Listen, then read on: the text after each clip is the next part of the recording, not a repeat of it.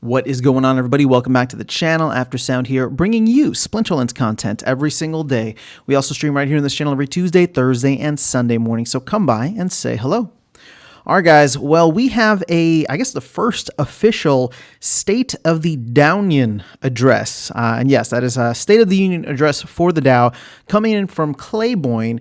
And I got to say, I just got to give it up. Hats off once again to Clayboyne, who's in the trenches every day, just trying to build out this ecosystem, working with and talking to pretty much everybody and anybody that's willing to listen and be a part of those conversations for what the DAO is trying to accomplish. So shout out to Clayboyne. Appreciate all you do, and excited to see how the rest of 2024 shapes up to be. So let's go ahead and jump into this State of the Downion address. He's saying, howdy, everyone. It's been a couple of months. All right, so I like to stay busy. Speaking of, I have a lot to do.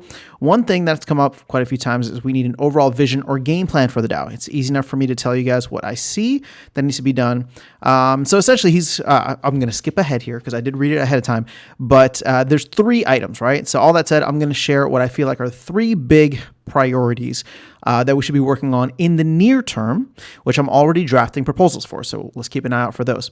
I suggest you guys share anything that you feel might be higher priority in the comments. With the new community proposal guidelines in place, we'll likely see more temperature check polls. Okay, so fun stuff.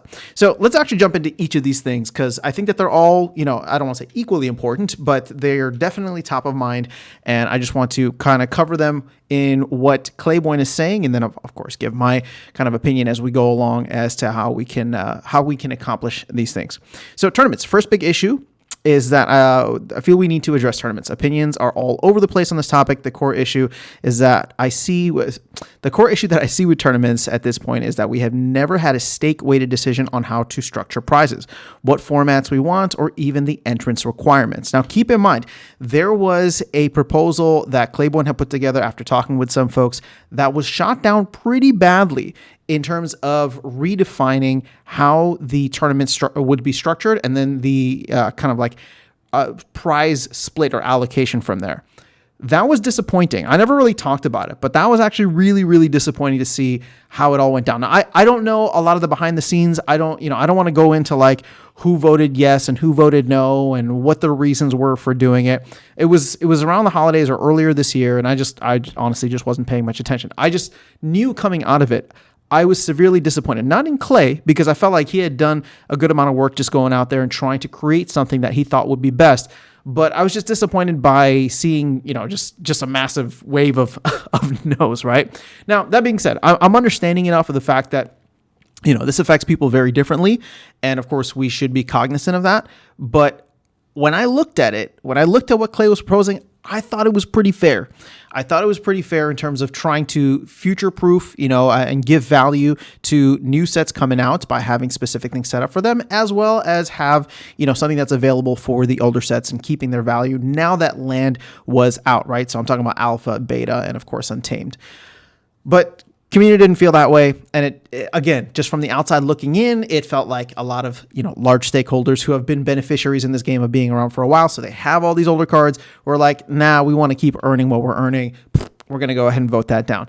Again, I don't know if that's necessarily what the case is, so I don't want to share a strong opinion on that. I'll just say that I was disappointed from what I saw on the surface. So coming back to what Clay's saying, after 2 months of discussion on the topic, myself and several members of the community that have been very involved in finding solutions have ultimately decided the best path forward is to run multiple proposals and give everyone several options to choose from. And if no options receive enough support to pass a vote, then we will have to examine the feedback and go back to the drawing board. So seems like we'll have a couple of different proposals come out. I don't know what they'll look like, but obviously we'll cover them in depth here. The good news is that while it is a lot of work to redo our tournament structures, they will finally be ratified by consensus when we're done.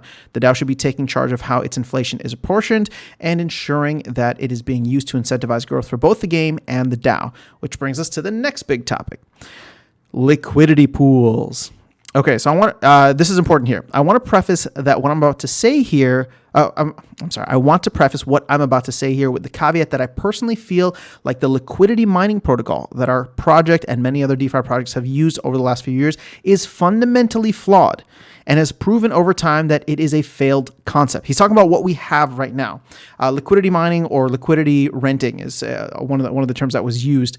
So after speaking with many of the large liquidity providers and pitching ideas about having the DAO taking over liquidity pools, I feel like a majority of them understand why we need to make some smart long-term moves with our LPs, even if they won't all support the efforts to change things. So here's the thing, liquidity mining or liquidity renting, and I hope I'm putting those in the same category correctly. But it's just the idea that what you're doing is essentially paying out these liquidity rewards or liquidity provider rewards like we're getting in SPS for people to provide liquidity. It's just renting it. The DAO doesn't have any kind of ownership, yet it's going to be responsible for paying people even after the 65 months are over, right? Right now, we have enough SPS that was allocated, but what happens after that? If for any reason the DAO decides to stop funding that, well, all of that liquidity is going to leave because we're all in it for the rewards, right? I have a decent amount in the LPs. I'm sure many others do too. But if there's no reward, why would we stay? So it is important for the DAO to get involved in one way or another, and that comes back to the SushiSwap kind of liquidity bonds that they have that they're working on right now.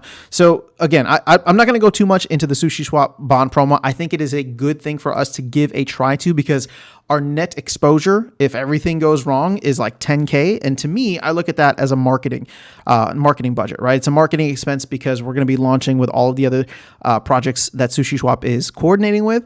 And who knows where things could go from there. But at the end of the day, the ownership will come back to the DAO, right? We're going to give away some SPS, but the ownership of the liquidity pools is going to come back to the DAO, at least for ETH and at least for ETH SPS. But this is something that I think we'll need to look into further down the road. So let's see if there's anything else I want to say, because I don't want to read this entire thing to you. But he says, what does this mean? Well, it currently means we're printing $150,000 a month of inflation to borrow liquidity that we don't even need to be borrowing in many cases, right? There's a lot of these pools that have very little volume in them. The DAO holds more than enough tokens to take over every LP we have completely with no overall liquidity loss instead of printing the $150,000 a month at SPS 3 cents, mind you.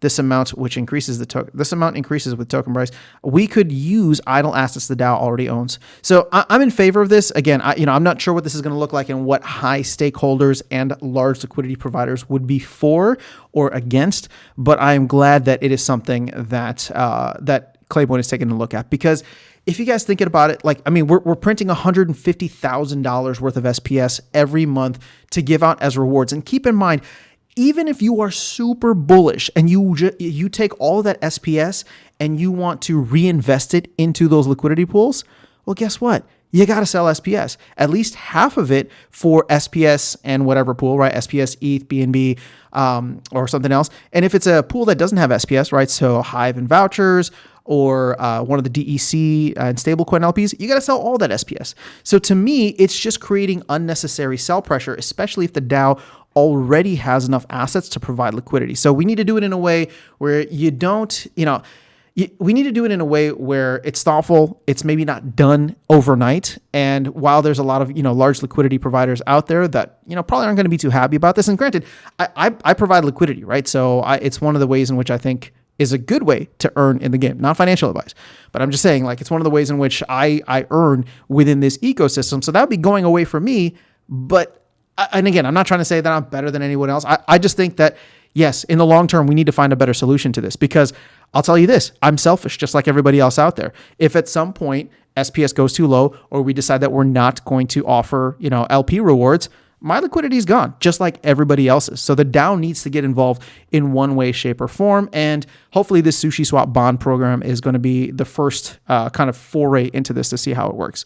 So he says, I'm still working to build out a comprehensive reform plan for LPs. Obviously, anything I suggest will have to be voted on, and I expect there'll be some resistance from key players that are enjoying the benefits of the flawed system, but that doesn't mean we can't try to do better. So, those are all the topics to think about when working towards, which brings us to the last topic, exchanges. All right. So, there's definitely a lot of opinions on this topic, and we do not have much, if any, consensus at this point. That's okay though, as there are two more pressing items or pressing issues, and we ultimately don't have to do anything with this one. That said, I'm asked damn near every day when we're going to get a big listing, right? When Binance. So currently I'm still searching for a quality lending-based market maker. Keep in mind that we did hire Flowdesk to help us retain the Crypto.com listing, which I think is important, right? Crypto.com is still a great on-ramp and off-ramp for many people in the US. But he's saying we went with the bare minimum cheapest option, which is not going to help us expand to new exchange listings at all. So this is the key takeaway here. If we want a shot at a tier 1 exchange, we need market making support on every exchange we are listed on and any of the new ones we gain moving forward. We have to have higher volume for bigger exchanges, and that cannot happen without higher liquidity on targeted markets. There's no reason for people to overpay for our tokens on illiquid exchange when they could just buy pretty much any other token and swap it for SPS outside of a centralized exchange. And most retail buyers on Coinbase are doing that anyway. So basically, if we get our liquidity and subsequent our volume up, we have a much better shot at negotiating with bigger exchange listings that aren't going to take up to 20% of the DAO holdings to buy a listing, right? So at this point in time, he's saying that it would cost roughly 20% of what the DAO currently owns. And I don't even know if that includes all of the, the 1.5 billion DEC that's come in from Rift Watchers and Rebellion, because I'd like to consider that burned. Matt would like to consider that burned, but we'll see. So I understand many people don't want to spend money when SPS is low. I also understand many people want when Binance to be now Binance and feel like we're intentionally castrating our project's growth. I can't tell you what we should do as far as pursuing centralized exchanges. All I can do is tell you what we need if we want to do the thing. So to me, this is an interesting number here, right? 20% of what the DAO currently holds. So we had a proposal a while back allocating 30 million SPS, and I don't even know how much that stacks compared to the rest of the DAO holdings at this point. But it's like, if we really want to go for a big exchange listing, are we ready to spend that much? And maybe that should be like a pre-proposal at this point, which again, see, this is what we need, where it's not necessarily like a proposal, but I wish we had more engagement. And I'm guilty of this too, right? More engagement with all the stuff that the DAO is doing, but engagement from everybody. So it was brought to everyone's attention and not just like a conversation in a specific Discord server. And what I'm trying to get at here specifically is the amount of, what I'm trying to get at here specifically is the amount of support there would be for actually putting 20% of the DAO's holdings to getting or chasing one of those exchanges. Again, I don't even know how I would feel about that. I mean, SPS is actually lower than 3 cents now, so it might be higher than that amount since the DAO holds a significant amount of SPS. But if we all believe that it's going to be needed, then this is something that we need to discuss. Now, keep in mind, we're still only in January, and the team has hopefully some big plans for this year to help get new players onboarded for land. So basically, as SPS starts to go up in value, hopefully, right? And maybe there's more volume, even just from the players who are currently here, that is something that we could do organically with just the, maybe several hundred or thousand or several thousand player base that we have. I don't really know what it is, right? But it's obviously small. If we can do that on our own, that'll be fantastic. And I think that's what Clay's trying to get at here. Otherwise, we're going to have to pony up the 20%. And so maybe that's a conversation we need to have. Maybe it's something that should wait. I personally think we should wait until the team gives their roadmap for this year and then see if there's any kind of like alt season or Bitcoin halving and all that. Again, I'm not in the biggest rush to get listed on one of these exchanges, because I think if the market starts to pick up, yes, the favorability of doing it when things are slower would go away, but also there's everybody becomes highly incentivized when all of a sudden the market is doing better, right? So at this point, we'll wait to see what happens, but I like where Clay's head is at in terms of focusing on tournaments and liquidity pools first. Obviously, exchange is a big one, and I think that it's something that we should be focused on in the mid to long-term future. And when I say mid to long-term future, I'm talking about within this cycle, right? So between now and let's say the next summer or next fall of 2025. But yeah, let me know your thoughts in the comments below. I don't mean to rant or ramble too much on this, but shout out to Clay once again for just being awesome within the community and putting these items forward and really trying to think through possible and the best solutions for them. But let me know your thoughts in the comments below. Otherwise, I'll catch you all in the next video and see you around the game. Take care.